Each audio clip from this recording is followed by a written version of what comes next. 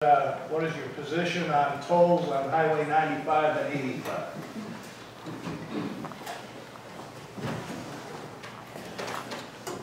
Well, I-95 running through Northampton and Halifax County, I am opposed to that.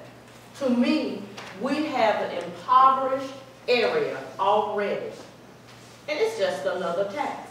People are poor. Not everybody is poor, but I am talking about the average individual, and I consider that another tax, form of taxation. 85, I don't know, haven't made a decision about that yet. However, I am very concerned about 95 and the impact it may have on citizens going to and from work. Is it the shortest distance to work, or will they have to travel a longer distance using a winding road? I think we need to look at everything. And if the highway is the problem, I really think the Department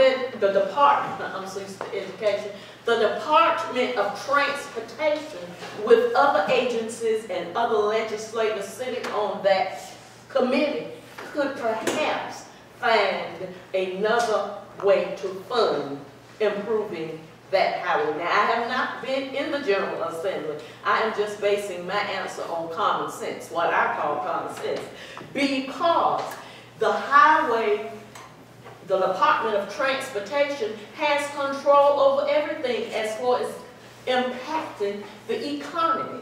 We need to stop talking and we need to start acting. So I am opposed. Thank you.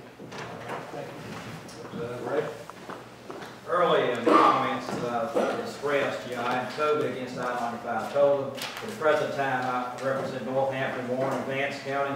I have been adamantly against tolling I-85 and also I-95. One of the major issues is if they do toll I-95, they need to toll I-85 all across the state.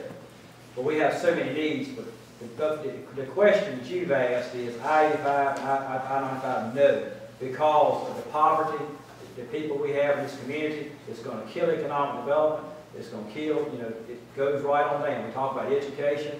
We talk about, health care. It is going to make people have to make a lot of choices. And our road systems on 301 and 158 cannot maintain, if they toll it, to maintain, to push those people out on those roads. They're not geared up for that type of traffic. So, I'm adamantly against it, ever since I've been there, and I'll continue to be after and fighting for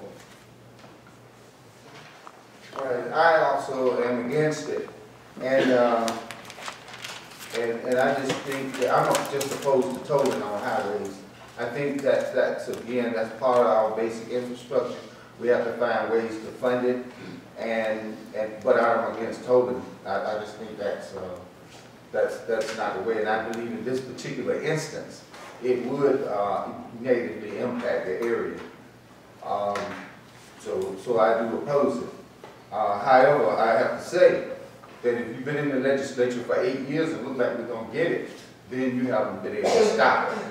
And so apparently you're unable to stop it. So maybe somebody needs to be there that can work on trying to stop it.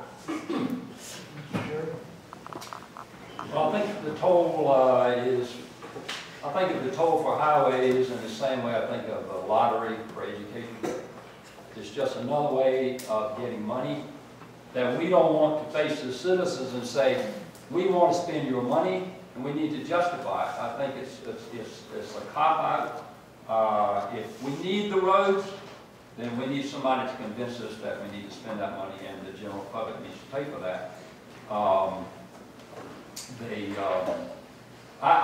Education and highways and jobs, have you ever heard in your entire life say we have enough jobs or enough money spent on education or enough money on highways? I mean, when you look at some old roads I've ridden on where they were paved, they were dirt roads.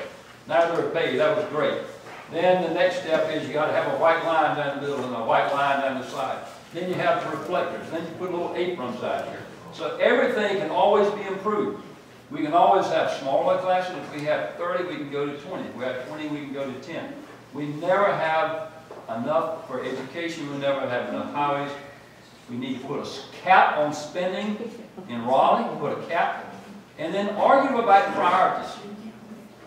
Set a cap on spending. Let it go up with inflation and population increase. And then let's discuss priorities. But don't just keep pushing the so-called needs up without any justification or any way to pay for it. Hold the spending, then discuss your priorities.